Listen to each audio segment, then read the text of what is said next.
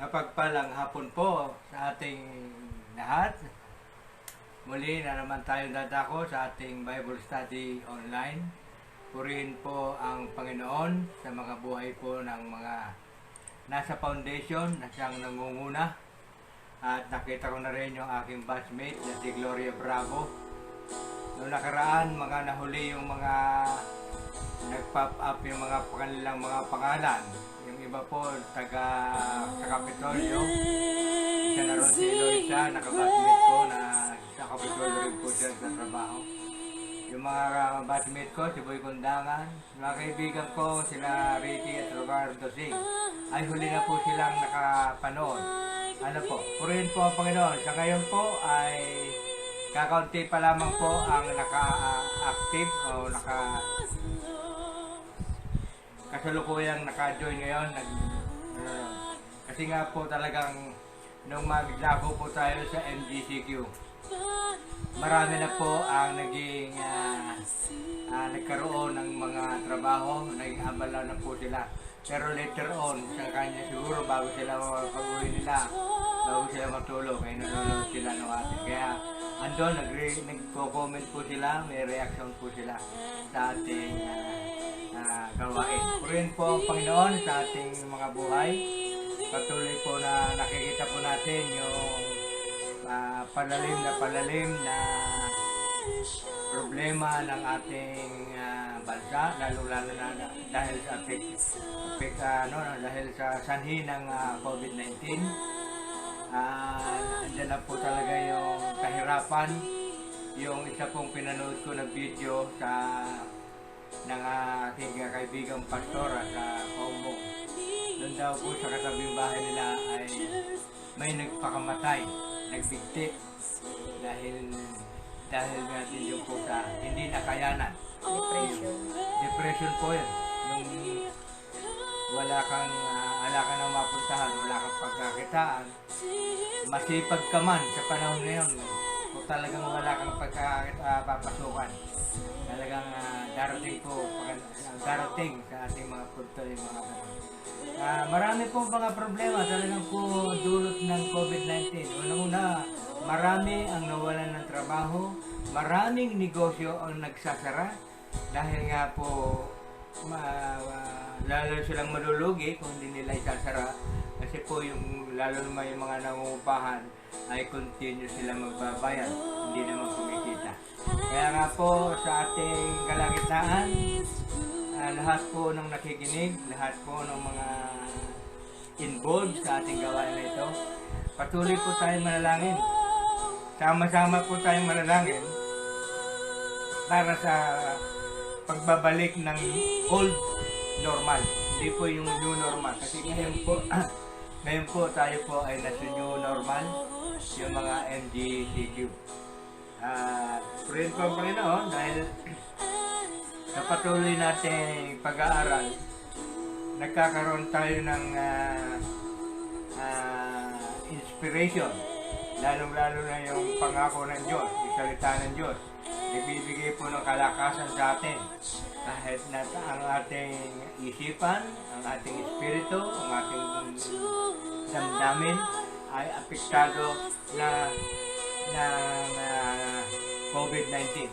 Kaya nga po, sa isang banda ay napaigi yung ating pag-aaral kasi nagkaroon tayo ng malawak na kaunawaan sa salita ng Diyos na nagbibigay sa atin ng kalakasan. Kasi nga po talagang sabi ko nga ang mananampalataya, kahit na ikaw ay mananampalataya na, ay dadanas pa rin tayo ng mga kahirapan, pagsubok, lahat po ng problema nandiyan po. Pero purihin po ang Panginoon dahil tayo nga ay nasa Panginoon na, tinanggap na natin ang ating Panginoong Jesucristo sa ating mga buhay. Yung pong pangako naman niya, yung tayo ay may kapayapaan sa ating pag-iisip. Last time po, nasabi ko po matapos po natin yung ang aklat ng Roma chapter 8, sabi ko babalik po tayo sa chapter 6, dahil hindi naman po tayo nakasiris. Ano po? Hindi naman po tayo series, kaya lang ang pinag-aaralan po natin, yung aklat ng Roma, kasi nga po, gusto ko ipahayag sa inyo yung mga alituntunin o yung Magna Carta ng ating pananampalataya. Ito po yung konstitusyon ng ating pananampalataya. Kaya nga po, dalawa po yun, aklat ng Roma at aklat ng Galacia. Yan po ang dalawang aklat na bubuo ng Magna Carta ng ating pananampalataya. Hindi na po ako patatagal, tayo po ay dadako sa chapter 6 po ng aklat ng Roma. Yung pong may mga aklat, ay may Bible sa tabi po nila. Ihanda nyo na po ang inyong Bible sa bagong tipan, sa aklat ng Roma, chapter 6, beginning verse 1 to 10. Doon naman po sa wala, ay sumunod po kayo sa aking pagbasa mamaya. At ang gagawin po natin, kasi po nung nakaraan, iniisa-isa ko, nabasa ko na ng buo ang text, tapos iniisa-isa ko pag binabasa, pagka ini-interpret na. Ngayon hindi na po natin babasahin uli. Basta nabasa natin po yung text, bibigay ko na kagad yung article, tuloy-tuloy na po tayo para hindi po ganong nakakatagal. Ano po? Kasi po talaga pong ang iba ay merong gagawin, kaya nabibitawan ang ating gawain para makuha kagad nila yung sustansya, yung pinaka-duod ng ating pinag-uusapan. Kaya purihin po ang Panginoon. Kaya nga po ang ating paksa sa aklat ng Roma chapter 6 verse 1 to 10 ay ang sabi, patay sa kasalanan, ngunit buhay naman dahil kay Jesucristo. Amen? Yun daw pong ibig sabihin po nito, patay sa kasalanan, ibig sabihin ang nasa Panginoong Jesucristo ay wala na sa ilalim ng kapangyarihan ng kasalanan. Yun po yun. Kaya patay na sa kasalanan, ngunit buhay naman sa pamamagitan ng ating Panginoong Jesucristo. Atin pong basahin yung ating teksto. Pakitandaan nyo po yung bawat sentence o bawat paragraph o bawat verses na ating babasahin. Hindi na po natin uulitin to. Banggitin ko na lamang kung nasan na tayo sa ating interpretation. Purihin po ang Panginoon. Sabi po sa aklat na sa verse 1 po. Sandali lang po. Sabi po sa verse 1, ano ngayon ang sasabihin natin? Patuloy ba tayong magkakasala upang sumagana sa atin ang kagandahang loob ng Diyos? Hindi.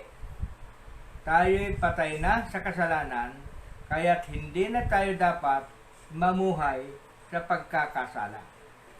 Hindi ba ninyo alalaman na tayong lahat na nabautismohan kay Jesucristo ay nabautismohan sa kanyang kamatayan? Verse 4, sa makatwid, tayo'y namatay at nalibing na kasama niya sa pamamagitan ng bautismo upang kung paanong binuhay na muli si Kristo sa pamamagitan ng dakilang kapangyarihan ng Ama, tayo na may mabubuhay sa isang bagong pamumuhay. Amen? Verse 5, sapagkat kung nakaisa tayo ni Kristo sa isang kamatayang tulad ng kanyang kamatayan, tiyak na makakaisa niya tayo sa isang muling pagkabuhay tulad ng kanyang pagkabuhay. Alam natin na ang dati nating pagkatao ay ipinakong kasama niya upang mamatay ang makasalanang katawan at nang hindi na tayo maalipin pa ng kasalanan. Verse 8, ngunit tayo'y naniniwalang mabubuhay tayong kasama niya, kasama ni Kristo, kung namatay tayong kasama niya. Verse 9, alam nating si Kristo na muling binuhay ay hindi na muling mamamatay. Wala nang kapangyarihan sa kanya ang kamatayan. Nang siya'y mamatay, namatay siya ng minsanan para sa kasalanan at ang buhay niya ngayon para sa Diyos. Ito po para dun sa mga pagdating ng mahal na araw. Oy, wag pinipigil ng mga magulang yung mga bata sa kanilang paglalaro. Huwag kayong maglaro at patay ang Panginoong Jesucristo itong araw na ito. Mali po yun. Kasi po sabi dito, sa 9, alam natin si Kristo na muling binuhay ay hindi na muling mamamatay. Ang mahal na araw po, sineselebrate po natin yung kanyang paghahandog ng kanyang buhay para sa ating mga kasalanan. Purihin po ang Panginoon, napagpala na po ang kanyang mga salita na ating natunghayan. Purihin po ang Panginoon. Tayo po ay manalangin. Muli, dakilang Diyos na makapangyarihan sa lahat, kami po ay lumalapit, lumuluhod sa iyong harapan, nagpapakumbaba, umihingi ng tawad sa lahat po ng aming nagawa, nasambit na hindi po ayon sa iyong kalooban. Lord, muli Panginoon, ang aming hiling sa hapong ito para sa aming gawain. Dalangin ko po Panginoon ang foundation, ang Milarpes family, ang kanila pong sa pangunguna po ni Nanay Belia, kanyang mga anak, mga apo, mga manugang. Ganon din po Panginoon ang kanilang kaanak na kasama sa foundation, si Joby Quinjo, si Lenny Cruz, at Marcia Fajardo. At dalangin ko rin po, Panginoon, at tinataas ko po sa iyo lahat ng mga batchmate ko na tumutunghay, lahat po ng mga empleyado ng Kapitolyo na tumutunghay, ganun din po, Panginoon, sa lahat po nag-join, nagwa-watch ng gawain ito. Dalangin ko, O Diyos, ang iyong pagpapala at pag-iingat. Samahan mo po kami, Panginoon, sa hapong ito upang ang salita mo ay ganap naming maunawaan at ibuhos mo po ang iyong Santo Espiritu sa amin upang kami ay tulungang makaunawa at maisabuhay, Panginoon, ang aming pag-aaralan. Lord, dalangin ko namin, Panginoon, ang iyong kadakilaan at kaluwalhatian. Ito po ang samin namin dalangin sa pangalan ni Jesus. Amen. Amen. As usual, tayo po ay nagbibigay ng introduction. Ang pinag-uusapan po natin dito ay yung kasalanan. Ano po? Na patay na sa kasalanan, pero yun ang pag-uusapan natin, pinaka-topic po natin. Sabi po sa aking introduction, yung aking apo, kilala naman po ninyo, doon lalo na sa may angkan, sa Milarpes family. Ang aking apo na si Mark Dale Castro, dahil sa kanyang pagkahilig sa pagkain, ay tumaba at naging malusog. Dahil dito, ay kailangan niyang mag-reduce sa pagkain at dapat iwasan ang mga matatamis na pagkain gaya ng chocolate, ice cream, candy, at iba pa. At kung hindi, ito'y magiging malala o matatawag nating obese at magdudulot sa kanya ng mga implikasyon sa kanyang kalusugan. Marami rin sa mga tao ang nag-iingat sa kanilang kalusugan dahil sa allergy sa mga pagkaing hindi angkop sa kanilang katawan. Kaya't ang pag-iwas nila sa pagkaing nagiging sanhi ng allergy hanggang sa maliit na dami ng mga bawal ay kanilang iniiwasan. Hindi lamang sila ang umiiwas sa mga bagay sa ating buhay, samantalang ang mga nararamdamang ito ay sa pisikal. Tayong mga mananampalataya ay pinapalalahan ng mag-ingat sa ating espiritual. I-maintain ang ating spiritual health sa pamamagitan ng pagsunod sa mga utos at alituntunin ng Diyos at maging allergic sa kasalanan. Nabanggit ko po, yung sabi ko po nung nakaraan, basahin niyo po ang aklat ng Santiago, chapter 4, verse 7 to 8. Ito na po, babasahin po natin. Naka-apply po ngayon. Purihin po ang Panginoon. Sabi po, kaya nga, pasakop kayo sa Diyos, labanan ninyo ang dyablo at lalayuan niya kayo. Lumapit, verse 8, lumapit kayo sa Diyos at lalapit siya sa inyo. Linisin ninyo ang inyong mga kamay, puso at kayong pagbago-bago ang isip. Purihin po ang Panginoon. Ganon din po, maging allergic sa bawat uri ng kasamaan. Bawat uri, ito po, hindi ko na po babasahin. Sabihin ko na lamang po yung verse, kung gusto niyo pong basahin sa inyo. 1 Thessalonians chapter 5, verse 22. Ganon din po yung mga foolish disputes and arguments. 2 Timothy chapter 2, verse 23. Sexual immorality. 1 Thessalonians chapter 4, verse 3.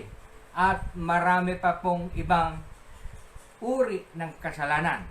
Maging allergic po tayo sa kasalanan at hindi sa kabutihan.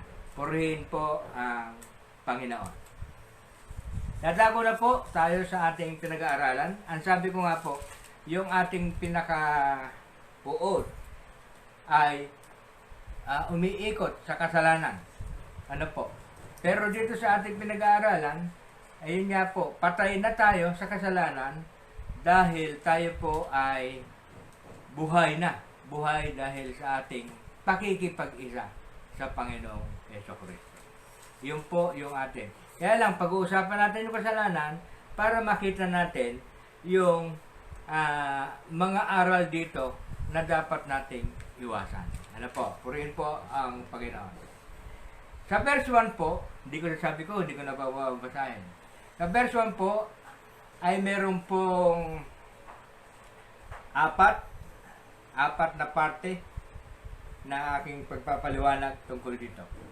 Sa Article 1, ang sabi, ang bagong tipan ay gumagamit ng maraming salitang Griego upang ilarawan ang kasalanan sa iba't ibang aspeto nito. Yun. Kaya nga po gusto kong yung mga ilarawan, yung mga kasalanan sa iba't ibang aspeto. Tingnan niyo po. Ang mga ito'y, number 1, letter A. Article 1, letter A. Ganyan po. Hamarta. Hamartia pala. Hamartia. Kung ano po yung pronounce ko, yun po ang spelling. Hamartia. T-I-A. Na ibig sabihin ay pagsalangsang o maling gawa o kasalanan laban sa Diyos. Hamartia. Pagka ikaw ay nagkakasala sa Diyos, ikaw ay matatawag na hamartiyan. Hamartiya, lalagyan mo ng N, hamartiyans ka. Ikaw ay gnostic. Kaya ang tawag doon, yung hindi naniniwala sa Diyos. Yung kasalanan po yun. Sabi po sa John chapter 9:41, sumagot si Jesus, kung kayo'y bulag, wala sana kayong kasalanan. Ngunit sinasabi ninyong nakakakita kayo, kaya't nananatili ang inyong kasalanan. Sabi po ng Panginoon, mas maganda pang araw yung bulag ka, less kasalanan. Wala kang nakikita. Parang sinabi ng Panginoon, less talk, less mistake. Ito po ba? Pag less see, less sin. Ano po? Parang gano'n na po. Kaya nga po, tandaan niyo po, hamartia, pag ikaw ay laban sa Diyos, hamartiyan ka. Hindi ka Christian, kundi hamartiyan. Letter B, adikiya. Adikiya. Parang Kia yung sasakyan, Kia. Kumakatawan sa maling gawa. Yun. Kasamaan, kawalang katarungan, yun po ang ibig sabihin ng adikiya. Yung walang mapang-api. Ang tawag po dito. Katulad po nung nagsarang, walang katarungan. Nagtanggal ng mga empleyado ng walang katarungan. Purihin po ang Panginoon. Roma chapter 1 verse 18. Nahayag mula sa langit ang puot ng Diyos laban sa lahat ng kalapastanganan at kasamaan ng mga taong sumisiil sa katotohanan sa pamamagitan ng kanilang kasamaan. You see? Yung kanilang pandaraya, yung kanilang paniniil sa kapwa. Ano po? Kasamaan. Ang tawag po sa kanila, adikiyan. Lalagyan na lang po natin ng N. Kasi ang Christian, ang Kristo, lalagyan ng Christ, lalagyan natin ng IN, nagiging tao.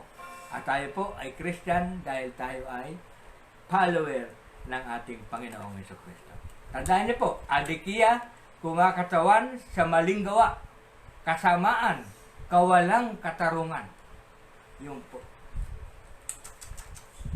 Yung nang-aapi ng kapwa. Ano po?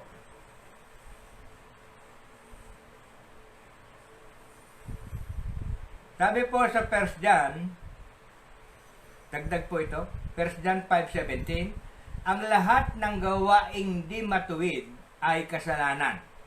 Ngunit may kasalanang hindi hahantong sa espiritual. Yun po yung tinatawag na hindi ano tawag doon? Ano ba yung kasalanan, yung sobrang pagka hindi po venial sin lang po yung tatawag dito, yung slight nyo, hindi po hahantong sa spiritual.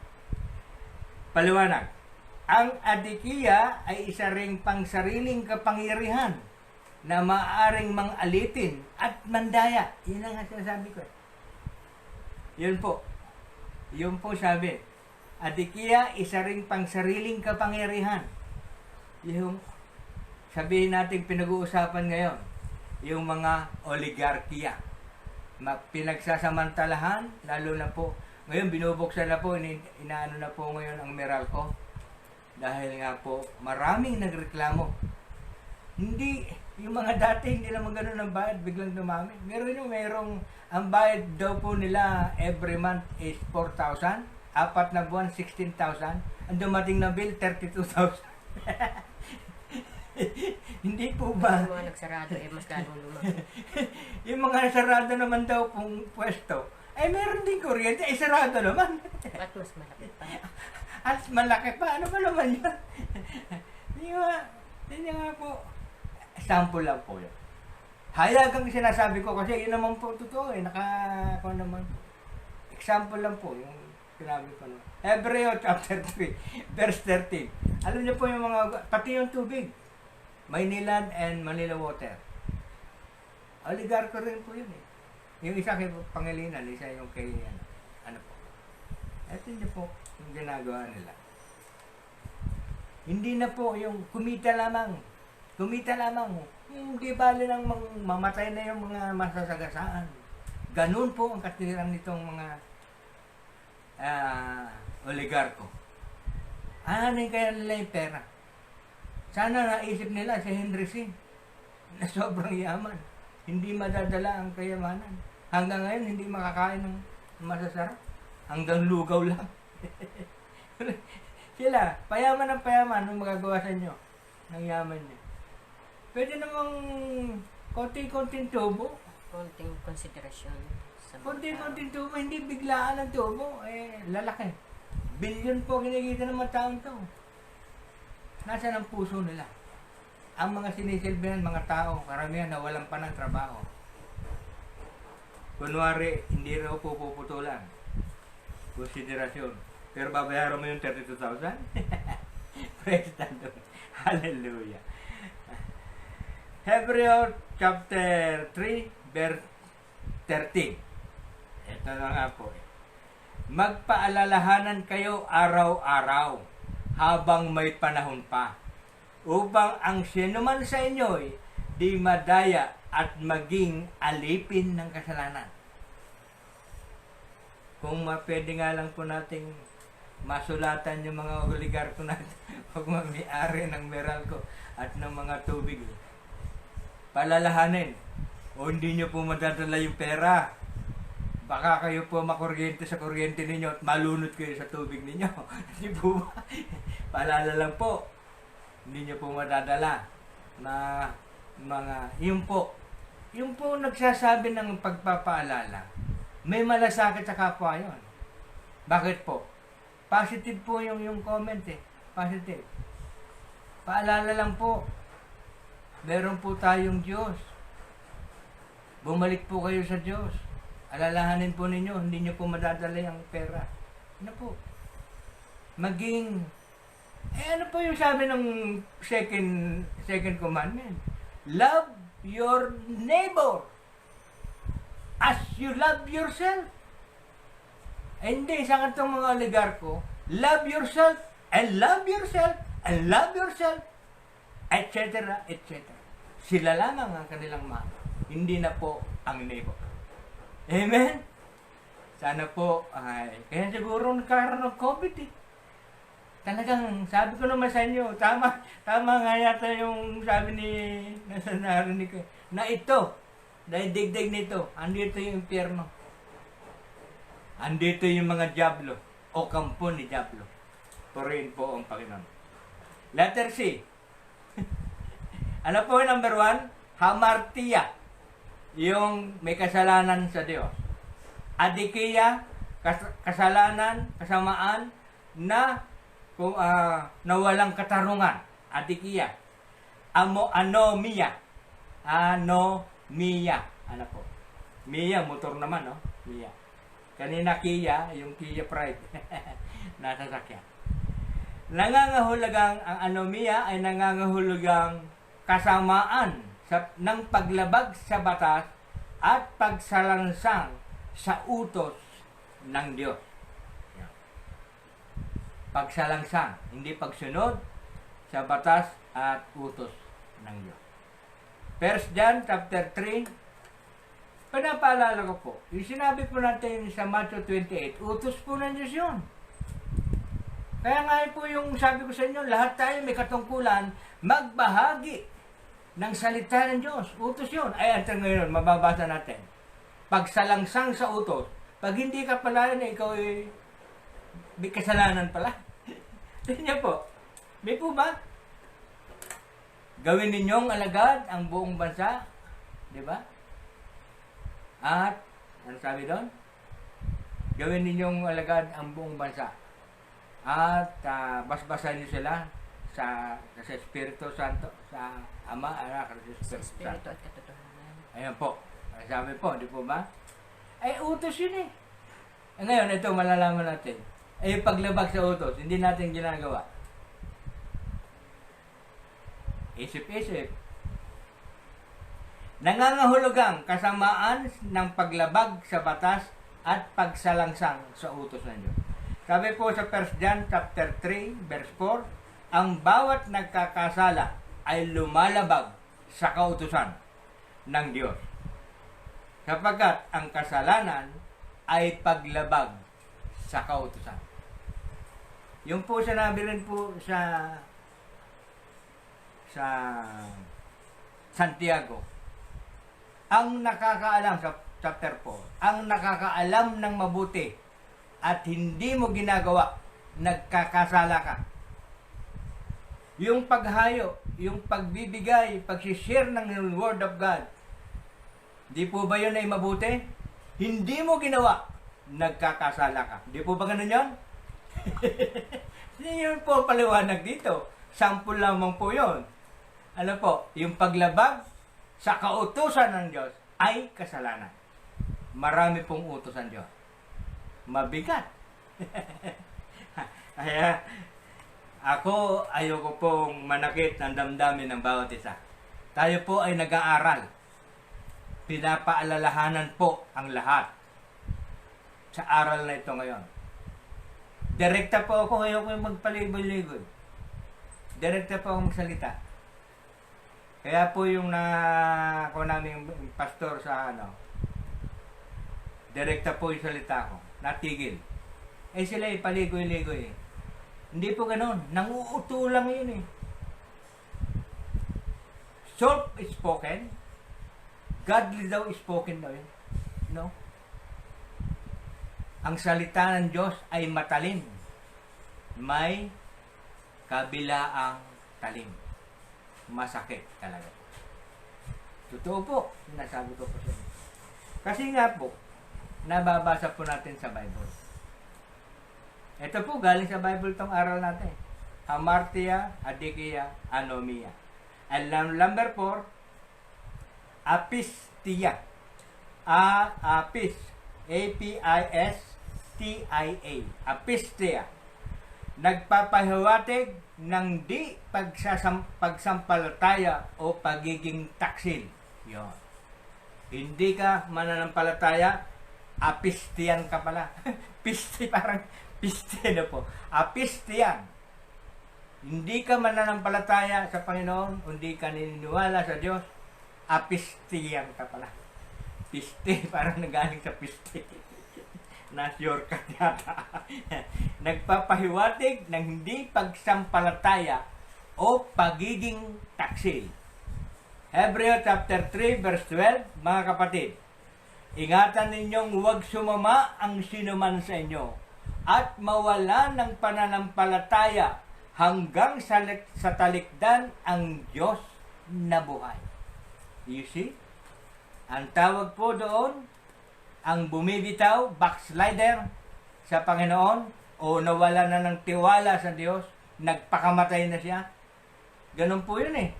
Na-i-stress. Yung pong nagpapakamatay na nai-stress na ganyan, nawawala ng tiwala sa Panginoon, nagkulang ang kanilang pananampalataya. Di ba? Kaya naman po yung pinag-aaralan natin eh. Kasi po, ang mananampalataya, iniisip natin, ligtas na tayo sa lahat. Hindi po ganun. Meron tayong kapayapaan sa buhay at alam natin kung saan tayo pupunta. Dahil lahat naman tayo po ay mamamatay. Amen? Alam natin. Yun po yung ating pagre-religion eh. Alam natin kung saan tayo pupunta. Di po ba?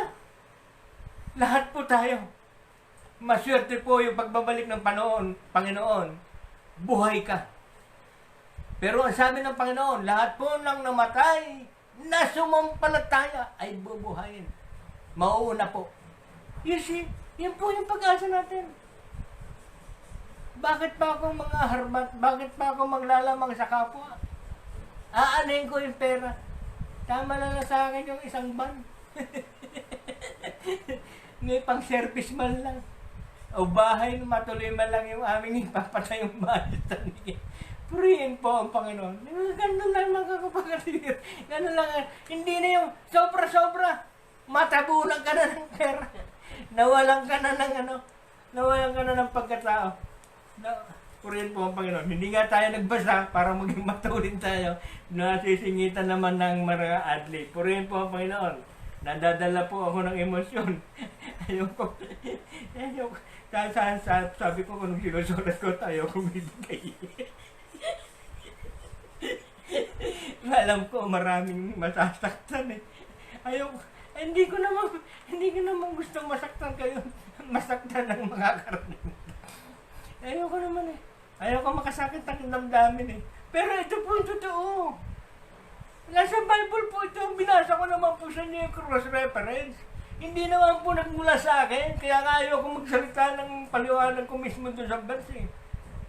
Cross-reference. Kung sinabi ng Bible yun, ito po yung cross-reference. Totoo. Wala po akong idinagdag. O galing sa aking sariling paliwanag. Yung po ang gusto ko, Bible study ito eh. Ano po? Number 2. Nasa verse 6 pa lang, verse 1 pa lang po tayo, article 2. Ano po? Haba. 30 minutes na pala. Pinakadiwa ng kasalanan ay ang makasarili, ang pagkuha ng mga bagay o kasiyahan para sa ating mga sarili na hindi isinasalang-alang ang kapakanan ng iba at ang mga kautusan ng Diyos na nagbubunsod sa kalupitan sa ibang tao sa pagre-rebelde sa Diyos. Nabasa na po natin ito, kaya lang naka-cross-reference, na pag-aralan na po natin ito. Sa Romans chapter 8, verse 7, sapagkat kalaban ng Diyos ang sinumang nauhumaling sa mga bagay ukol sa laman, hindi siya sumusunod sa kautusan ng Diyos at hindi niya kayang sumunod. Verse 8, at ang mga nabubuhay ayon sa laman ay hindi maaaring kalugdan ng Diyos. Nung minsan po nangangaral ako, nung pagtalikod ko po, yung Bible hindi siya po nung pinangaralan. Ayaw niya yung salita ng Diyos. Ibig sabihin, ayaw niyang maituwid. Gusto niya, doon na lang. Alam niyo kung bakit ko po nalaman? Tapos po namin mag-Bible study, umalis ako. Na pagbalik ko, nakita ko po, nasa basurahan yung Bible. Ayaw niyang maituwid ng salita. Marami pong tao ganyan. Baka ngayon ho, pagkatapos kong mag-aaral ngayon, baka wala na akong listener sa susunod. Nasa sa inyo yun. It is your choice. Life is not a series of chances. It is a series of choices. Ayaw niyong matuwid, prerogative po niyo yan. Purihin po ang Panginoon. Romans chapter 1, verse 25. Ano po? Tinalikdan nila ang katotohanan tungkol sa Diyos at pinalitan ng kasinungalingan. Sinamba nila ang pinaglingkuran ang nilalang sa halip na ang lumalang na siyang dapat papurihan magpakailanman. You see? Ang tao, sinasamba ngayon ang pera. Nilalang. Ginawa lang ng Diyos. Ginawa ng tao. Sinasamba ng tao. Kaysa sa Diyos na siyang lumalang sa lahat ng bagay. See? Number 3. Ang kasalanan ay isang kabulukang moral ng mga tao. Isang kapangyarihang nangaalipin at nagpapasama na nag-uugat sa pagnanasa ng tao. You see? Romans chapter 1, verse 21 and 22. Kahit nakilala na nila ang Diyos, siya'y di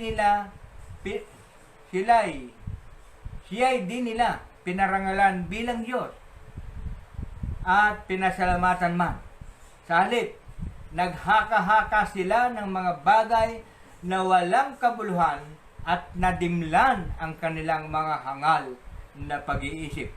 Sila'y nagmamarunong, ngunit lumilitaw na hangal. Purihin po, Panginoon. Sige po. Marami po. Kasi po, under the power or the influence of money. Ang tao, pag nagkaroon ng pera, na iba na. Ano po? Na iba na ang pagkikita mo. Sana po paalala, pag nagkaroon po kayo, huwag po kayo magbabago. Huwag po kayo magbabago. Pag-uugali. Pwede ka nang makautang nun. Ako po tinamaan dito. Rin po Panginoon. Number 4. Naka-apekto sa lahat ang kasalanan ni Adan na nagbunga ng banal na paghatol. Nagdala ng physical at spiritual na kamatayan. Naging natural na dahil nga kay Adan. Dahil nga po, yun nga po yung pinagmulan. Dahil the fall of man, yung tinatawag po yun, kasama po sa doctrinal po yun, 16 fundamental truths ng aming sekta. Yung the fall of man. Number 4 yun. Ano po? Kasi nga po, ang tao ay nabulid sa kasalanan dahil sa kasalanan ni Eva at Adan. The fall of man. Romans chapter 5 verse 12, ang kasalanan ay pumasok sa sanlibutan sa pamamagitan ng isang tao at ang kamatayan sa pamamagitan ng kasalanan niya. Dahil dito, lumaganap ang kamatayan sa lahat ng tao sapagkat ang lahat ay nagkasala. Yun po sabi sa Romans chapter 5 verse 12. Romans chapter 6 verse 23. Sapagkat kamatayan ang kabayaran ng kasalanan. Ngunit ang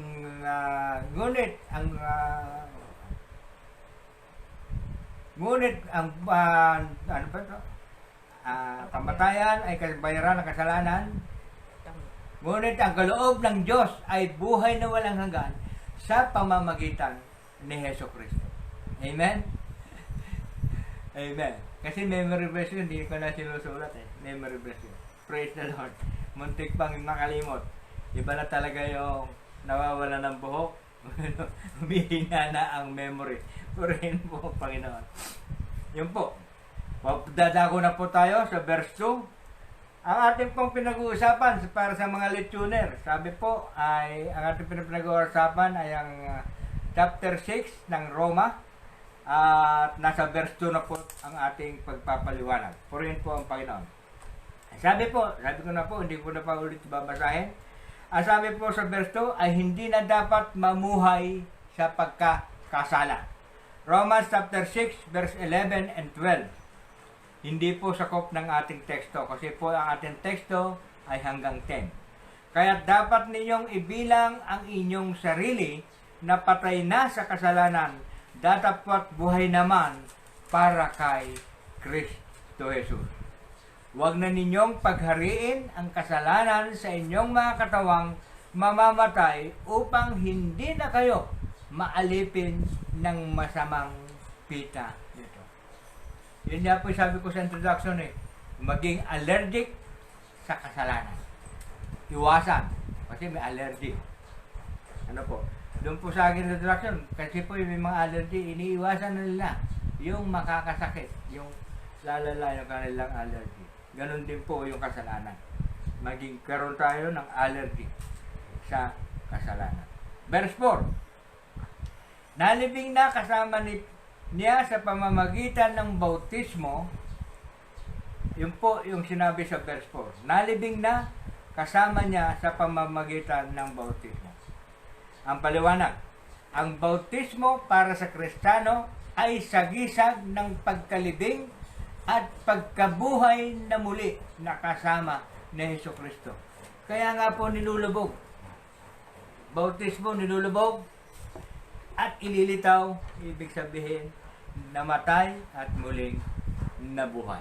Yan po, ang sabi po sa Aklat ng Gawa, chapter 22, verse 16, at ngayon, huwag ka nang mag-atubili, tumindig ka at tumawag sa kanyang pangalan at magpabautismo at magiging malinis ka sa iyong mga kasalanan. You see? Paliwanag po yun. Malinaw. Kailangan po, kasi step kasama po sa mga Kristiyano na babautismohan. Yun po yung pagsasalarawan o isang sagisag ng paglilinis. Ayan po. Verse 6. Wala po yung verse 5, verse 6 po tayo. Dati nating pagkatao ang makasalanang katawan. Meron po itong dalawang part. Letter A.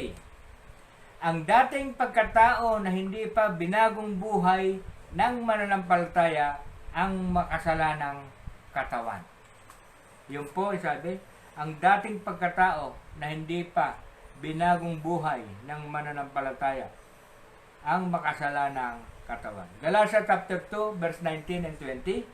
Ako'y namatay na sa kautusan sa pamamagitan na rin ng kautusan upang mabuhay para sa Diyos. Namatay na akong kasama ni Kristo sa krus. 20. At kung ako may buhay, hindi na ako ang nabubuhay, kundi si Kristo ang nabubuhay sa akin. At habang ako'y nasa daigdig, namumuhay ako sa pananalig sa anak ng Diyos na umibig sa akin at nag-alay ng kanyang buhay. Purihin po ang Panginoon. Yan po, nawala na po yung dating pagkatao na binagong buhay na po sila. Excuse me po. Letter B. Sa verse 6, dalawa po, letter A and letter B. Katawang laman na pinanahanan at pinaghaharian ng mga makasalanang pagnanasa ay winasak na. Yan po. yung mga katawang laman na pinaghaharian ng malakasalanan, pag makasalanan pagnanasa ay winasak na. Binago na. Ano po? 2 Corinthians chapter 5 verse 17, ito rin po ay isang memory verse. Kaya't ang sino mang nakipag-isa kay Kristo ay isa ng bagong nilalang. Wala na ang dating pagkatao, siya'y bago na. 2 Corinthians chapter 5 verse 17. Ganon din po sinabi po sa Efeso chapter 4 verse 22, iwanan ninyo ang dating pamumuhay, hubarin na ninyo ang dating pagkatao na napapahamak dahil sa masamang pita. Magbago na kayo ng diwa at pag-iisip. Yan po ang sinabi sa verse 23 ang aklat ng Efeso chapter 4.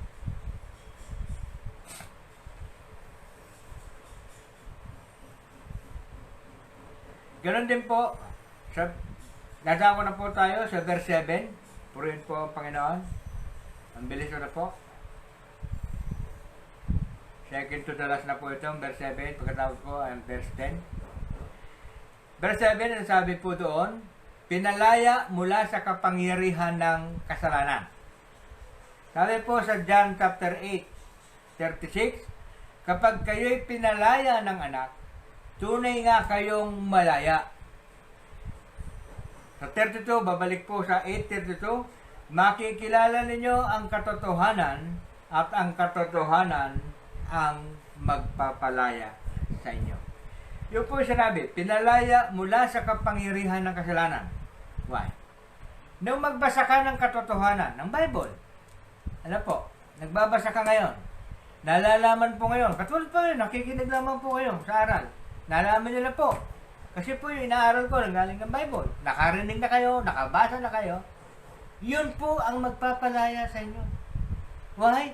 Kasi po binabago na kayo, narinig nyo na yung mali. Katulad yung sabi ko kanina, mabigat na ang binitawan ko. Pero ngayon, nalaman nyo.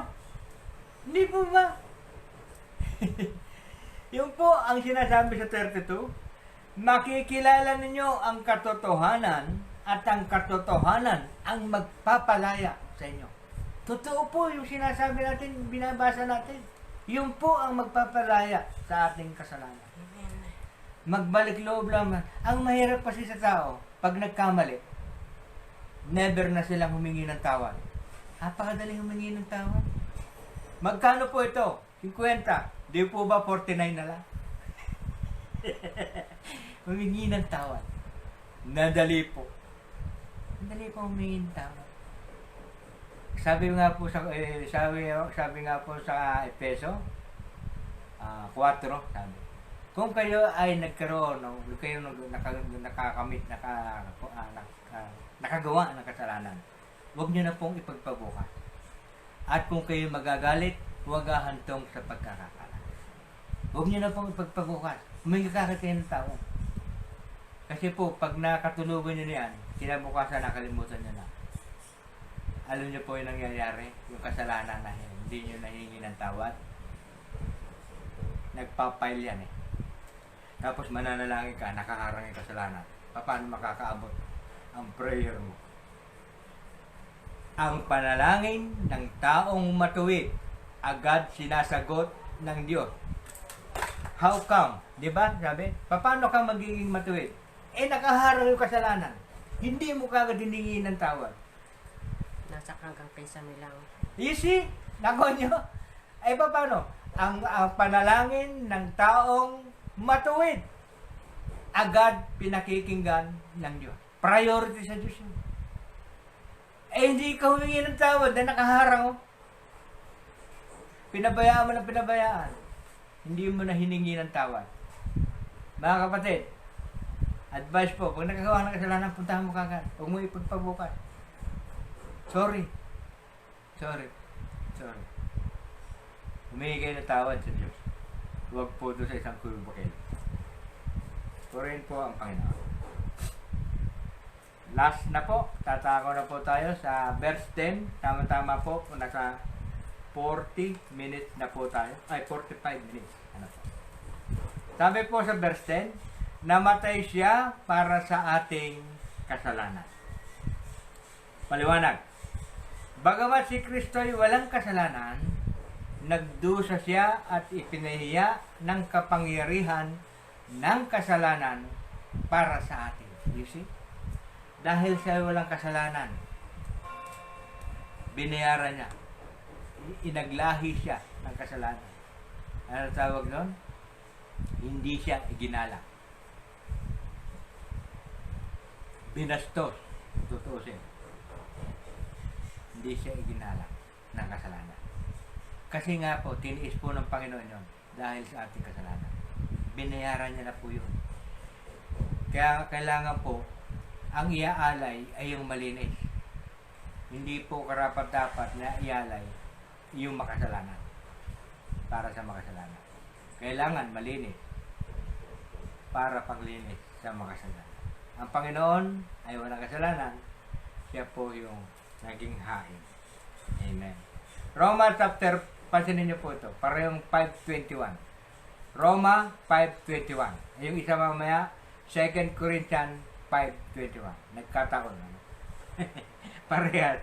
Kaya nga, sabi po sa Roma 5:21, kaya nga, kung paanong naghari ang kasalanan sa pamamagitan ng kamatayan, gayon din naman maghahari ang kagandahang loob ng Diyos sa pamamagitan ng pagpapawalang sala upang kamtan ang buhay na walang hanggan sa pamamagitan ng ating Panginoong Jesucristo. Basahin ko po yung 2 Corinthians chapter 5:21 din. Hindi nagkasala si Kristo, ngunit dahil sa atin, siya'y ibinilang na makasalanan upang makipag-isa tayo sa Kanya at mapabanal sa harapan ng Diyos sa pamamagitan niya. Bakit po kailangan mabaging banal sa harapan ng Diyos? Tanya po, di ba si Moises nung kukunin niya yung 10 utos? Hindi po siya nakalapit eh. Diyan ka lang. Hindi po siya nakalapit. Kasi po siya ay mortal. Kailangan tong katawan papalitan ng immortal. Hindi po makakalapit si Moises sa harapan ng Diyos. Yun po. Kaya kailangan, bago makaharap ang tao, maging banal muna. Kaya nga sa 1 Corinthians chapter 15, itong katawan na ito ay papalitan ng hindi nabubulok. Ano po? Yun po. Kaya maging banal. Purihin po ang Panginoon. Tayo po dadako sa ating conclusion. Ang COVID-19 pandemic ay naging suliranin ng buong mundo. Dahil ito ay isang virus. Kailangan nito ang isang host. Ano yung host? Isang katawan. Para makasurvive at magwasak ng marami sa dahilang ito ay palipat-lipat sa maraming host at ito'y magiging malala. Ito ay tumatagal ng maraming araw, buwan, at kung hindi mapipigilan, ay tatagal ng taon. Ang buong mundo ay nagsasaliksik ng gamot upang ito'y mapuksa at pansamantalang inilagay ang mga tao sa home quarantine, ni-lockdown, upang mapigilan ang paglaganap at makahawa. Sa isang banda, ang kasalanan ay nangangailangan din ng isang host na may mga kasalanang isang host na ang mga kasalanang pride, greed, anger at selfishness at iba pa ay tutubo sa isang katawan at mananaig hanggang ito'y kumalat sa marami. At ito'y dapat mapigilan ng isang host at maging isang pamarisan. You see? Kasi po yung kasalanan nakakahawa. Lalo na pagka ang nakakita ay bata, pamamarisan. Ano po? Kahit po yung parehong matured na, ginawa mo sa akin yan, gagawin ko rin sa'yo. You see? You see? Kasi nga may ginawa sa'yo kasalanan. Ano sabi mo nitong ginawa ng kasalanan? Gagawin ko rin sa'yo. Kaya, maghahawahan na po yan. Hindi po ba? Lalaganap na ang kasalanan. Ngunit dahil sa kalagayan ng tao na di may iwasan ito at matigil, ay ipinagkaloob ng Diyos ang kanyang buktong na anak upang maging solusyon at kabayaran ng mga kasalanan. Yung kasalanan, yung virus ng mga tao. Ang mga Kristiyano ay naging malaya sa kasalanan sa pamamagitan ng kanyang pagkamatay doon sa krus ng Kalbaryo. Ngunit, habang ang isang Kristiyano ay nabubuhay, nakagagawa pa rin ito ng kasalanan. Pero, ang Espiritu Santo na siyang ipinagkaloob sa mga mananampalataya ay siyang nagiging gabay upang ang virus, ang kasalanan, ay mapigilan. Roma chapter 6 verse 18, pinalaya na kayo sa kasalanan at ngayoy mga alipin na ng katuwiran. Paliwanag, doon sa mga itinalaga na maging pamilya ng Diyos ay hindi na nagpapatuloy na magkasala sapagkat ang buhay na pinaghaharian ng Diyos ay nakadepende sa Espiritu Santo. Yung madalas ko paliwanag ito sa inyo. Hindi ko na ulit paliwanag. 1 John chapter 3 verse 9 to 10, ang tinanggap ng Diyos bilang anak niya ay hindi nagpapatuloy sa pagkakasala sapagkat siya'y may bagong buhay na galing sa Diyos. At yamang ang Diyos ang ama niya, hindi siya maaaring magpatuloy sa pagkakasala. Verse 10, dito makikilala kung sino ang mga anak ng Diyos at kung sino ang mga anak ng Diablo. Ang sino mang hindi gumagawa ng matuwid ay hindi umiibig sa kanyang kapatid at hindi anak ng Diyos. Amen? Kayo na po magsabi doon sa mga oligarko na sinabi natin kanina. Meron na naman po akong English. Our Lord Jesus Christ is the great physician that cures and kills the viruses of our sin. By His own atoning blood that were made whole and pure within. Purihin po ang Panginoon. Hallelujah. Dadako na po tayo sa ating panalangin. Praise God. Purihin po ang Panginoon. Banggitin po ni Sister Oring ang mga nag-join sa atin. Paumanhin po sa aking pagdidiin, pagtataas ng boses. Binibigyan ko lamang po ng diin. At pasensya na rin po doon sa mga natamaan. Sana po hindi po ito magiging negative, kundi maging positive. Maging stepping stone natin para tayo ay bumago. Magkaroon po ng reformation sa ating mga buhay. Purihin po ang Panginoon. Praise God. Hallelujah. Muli tayo po ay dadako sa ating ipapanalangin. Maraming salamat po sa lahat ng tumuhay sa atin sa oras na ito. Nawa yung salita ng Diyos na ating napakinggan ay ang Diyos ang magpalago sa ating mga puso. Ito'y panghawakan natin na maging katatagan ng bawat isa sapagkat lahat po ng salita ng Diyos ay isang inspirasyon na nagpapalakas sa ating mga kahinaan.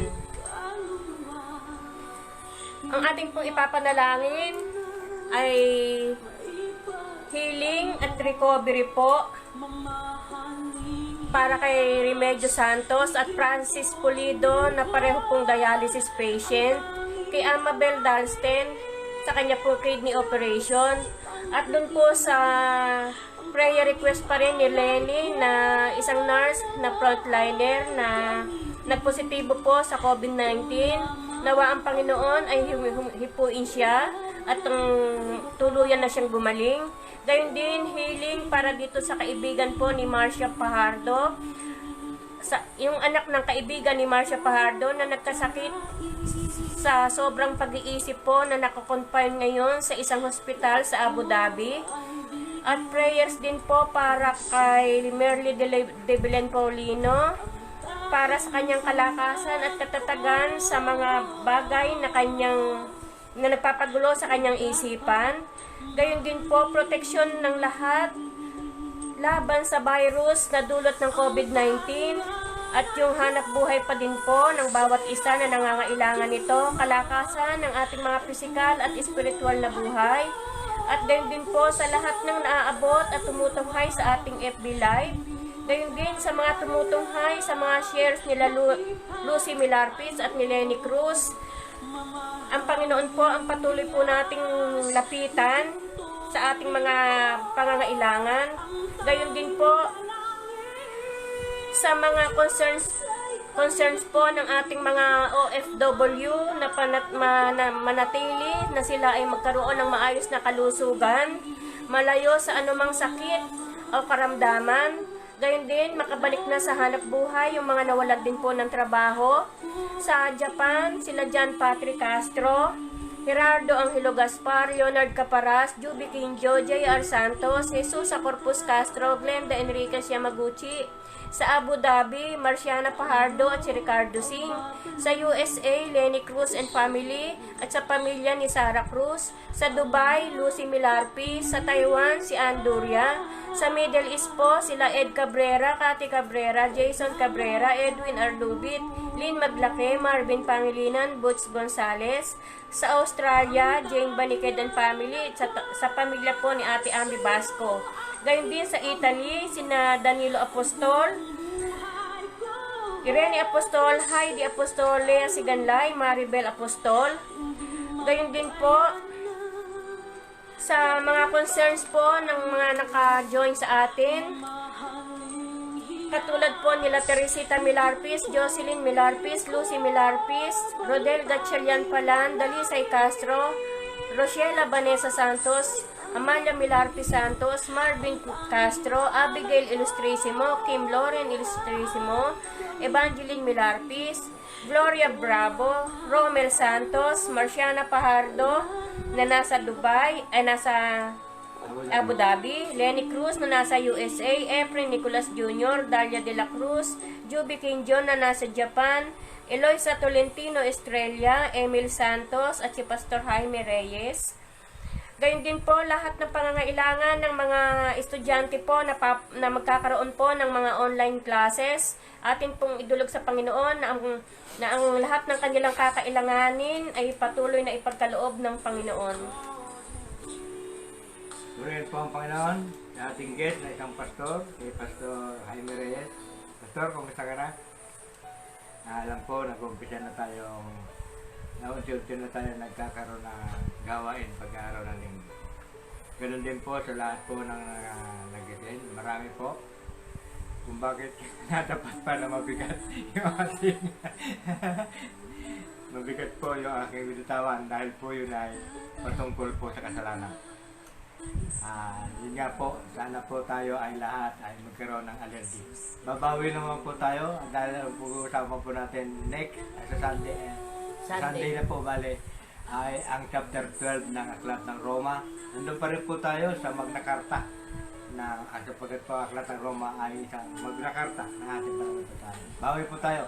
Chapter 12 po ang pag-usapan natin. Verse 1 to 4, tapos lalagto 17. Purihin po ang Panginoon. Tayo po ay manalangin.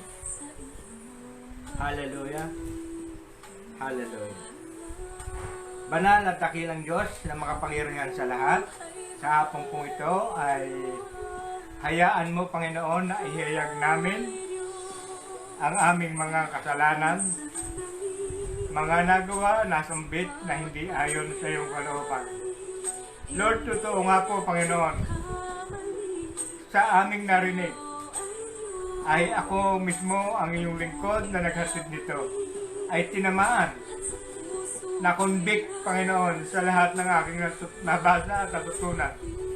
Nawa, Panginoon, ito ay maging pagpapala sa akin upang ito ay aking may tuwid lahat ng aking mga nagawa, Panginoon, sa mga nagdaang araw. Hinihingi po namin lahat, Panginoon, ng kapatawaran, Panginoon, sa iyo. Lumalapit po kami sa iyo, paanan, lumuluhod. Nawa, Panginoon, kaawaan kami at patuloy mo po kaming patawarin. Sapagkat ang sabi nga po namin, na tunay nga po na kami ay marupok at kahit na kami ay nasa iyo ng kapiling mo o kami mananampalataya mo na, naroon pa rin, Panginoon, na kami nagkukulang, kami naroon na kami nakakagawa ng hindi ayon sa iyong kalooban. Lord, patuloy po namin inilalapit ito sa iyo, Panginoon. Kulang po ang aming kakayanan sa paglaban, Panginoon. Bagamat ang sabi mo, kami nga po ay iyong susubaybayan upang ito ay mapaglabanan. Salamat po, Panginoon, sa iyong kabutihan. Salamat din po sa aral na aming narinig. Bagamat ito ay mabigat para sa aming tanggapin, ngunit ito, Panginoon, sana ay ito ay maging paalala, maging transformation ng aming buhay upang kami, Panginoon, ay makasunod sa iyong layunin at makasunod sa iyong batas at utos, Panginoon. Salamat po, Panginoon. Muli, Panginoon, na kami lalapit sa iyo dahil po sa aming pag-ibig sa kapwa. Sabi mo nga po, ibigin namin ang aming kapwa, at ito nga po ay isang pagpapakita na kami po ay umiibig sa kapwa. Kaya nga po, Panginoon, ay patuloy naming itinataas sa iyo ang lahat ng may karamdaman, lahat ng may dalahin, Panginoon, sa hapong ito, katulad po kay Remedios Santos at Francis Pulido, na patuloy po silang nagdadialysis. Nawa, Panginoon, hipuin mo po ang kanilang sakit at hindi na po sila magdadialysis. Recovery from their sickness, Panginoon. Ganon din po kay Amabel Darsten, ang complete recovery po dahil siya po ay nagkaroon po ng kidney operation. Pagpapala po, Panginoon, para sa kanyang mga kaanak upang matustusan ang kanyang pangangailangan. Ganon din po, Panginoon, sa yung frontliner na request po ni Lenny Cruz na nasa Amerika. Isang frontliner po ito na nagka-positive sa COVID-19. Alam ko, Panginoon, na you are the God, the great physician. Lord, hipuin mo po ang frontliner na ito na naapektuhan ng COVID-19. At dalangin ko, Panginoon, na siya ay makabalik upang makapagserbisyo pa, sapagkat tunay nga po, Panginoon, na nangangailangan ang panahon ngayon ng katulad nilang mga frontliners na siyang kikilos at gagamot sa lahat ng mga may COVID-19. Ganon din po, Panginoon, doon po sa anak ng kaibigan po ni Marcia. Bagamat hindi po nila binigay ang kanilang pangalan, batid mo po, Panginoon, sa oras pong ito ang kanilang mga pangalan, kung sino po sila. Inilalapit namin sila, Panginoon, na bigyan mo po sila ng kaaliwan. Ibalik mo po ang kanilang pag-iisip, Panginoon. Alisin mo po ang kanyang stress. Hipuin mo po ang kanyang karamdaman at hindi na po lumala nito na maging sanhi ng kanyang pagkawala sa pananampalataya sa iyo. Panginoon, hipuin mo po kung sino man po, Panginoon, ito. Alam ko na hindi po lingid sa iyo. Kilala mo po siya, Panginoon. Right now, hipuin mo po, Panginoon, ang anak po ng kaibigan po ni Marcia. Ganon din po, Panginoon, para po kay Ate Merly de Belen Paulino ng Accounting Office. Patuloy ko po siyang itinataas sa iyo. Bigyan mo po siya ng katatagan, kalakasan ng loob, katatagan sa desisyon. Ano man po, Panginoon, ang iyong plano para sa kanya, ibigay mo po, Panginoon, ang kanyang ninanais, sapagkat siya nga po, Panginoon, ay humiling ng kahilingan. Nabigyan mo nga po siya ng kapayapaan sa kanyang puso. Ano man po, Panginoon, ang humahadlang sa kanya, Panginoon, ay iyong alisin, Panginoon. In Jesus' name, inaalis po namin anumang hadlang ito na humahadlang sa kanyang layunin. Lord, pagpalain mo po si Ate Merly de Belen Paulino. Ganon din po, Panginoon, sa hiniling namin ang proteksyon sa lahat po na dulot po ng virus na COVID-19. Ganon din po ang hanap buhay para sa lahat po ng walang hanap buhay, lalong-lalo na Panginoon sa member po ng foundation at sa lahat po ng nakaririnig ng aming gawain ito. Hindi lamang po, Panginoon, hanap buhay, kundi magkaroon po sila ng kapanatagan, kapayapaan, Yes, Lord. at kalakasan sa kanilang pananampalataya. Na huwag po silang mag-aalala sa lahat, kundi magtiwala sa iyo. Alam ko, Panginoon, na you will help them, you will bless them, Panginoon, sa kanilang kailangan, sa kanilang mga hanap buhay, sila iyong pagkakalooban. Salamat din po sa lahat po ng mga naabot ng aming Bible study na ito. Ganon din po, Panginoon, sa mga mga binasa ng aking may bahay na nasa mga abroad, katulad po ng mga nasa Japan, Abu Dhabi, USA, Dubai, Taiwan, Middle East, Australia, ganon din po sa Italy.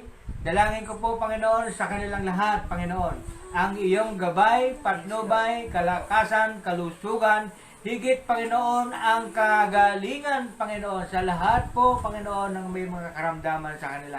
Pagpalain mo po sila, Panginoon, sa kanilang mga hanap buhay. Pagpalain mo po din po yung wala pong hanap buhay na sila po ay magkaroon ng ikabubuhay at ganoon din po, perfeksyon sa bawat isa sa COVID-19. Ganon din po, Panginoon, yung frontliner o yung aking foundation at sa lahat po na nabasa po, Panginoon, sa papel na ito na nag-join sa gawain ito, Panginoon. Itinataas ko nga po, Panginoon, sila sa iyo, Panginoon. Hallelujah! Yes, Ikaw pong patuloy na mag-iingat po sa kanila. Pagpalain mo po ang kanilang mga buhay. Pagpalain mo po, Panginoon, ang kanilang pagdinig at pag-aaral ng salita na aming pinapahayag, Panginoon.